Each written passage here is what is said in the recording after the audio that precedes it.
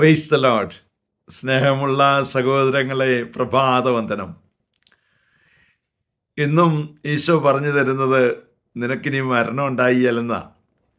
ഒരു മരണം നമ്മിൽ സംഭവിച്ചു.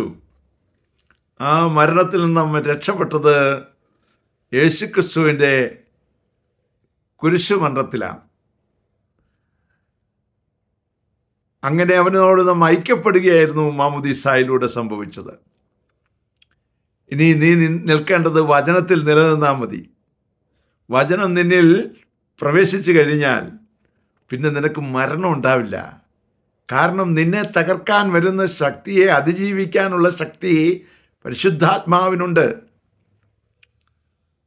അപ്പോൾ നിന്നെ ഓരോ സമയത്തും വേണ്ടത് എന്താണെന്ന് അവൻ പറഞ്ഞു തരും.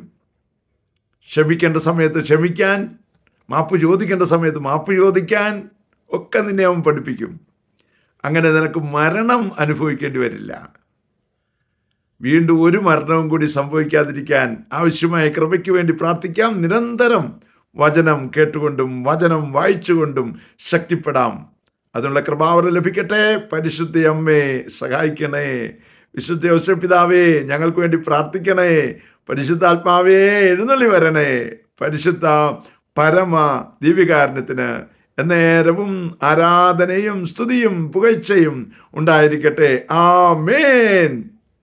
നമ്മുടെ കർത്താവായ യേശുക്രിസ്തുവിന്റെ കൃപയും പിതാവായ ദൈവത്തിന്റെ സ്നേഹവും പരിശുദ്ധാത്മാവിന്റെ സംസർഗവും സഹവാസവും സ്നേഹവും ശക്തിയും കൃപയും എല്ലാ അനുഗ്രഹങ്ങളും സമൃദ്ധമായി നിങ്ങൾ ഏവരോടും കൂടെ ഉണ്ടായിരിക്കട്ടെ, ഇപ്പോഴും എപ്പോഴും എന്നേക്കും.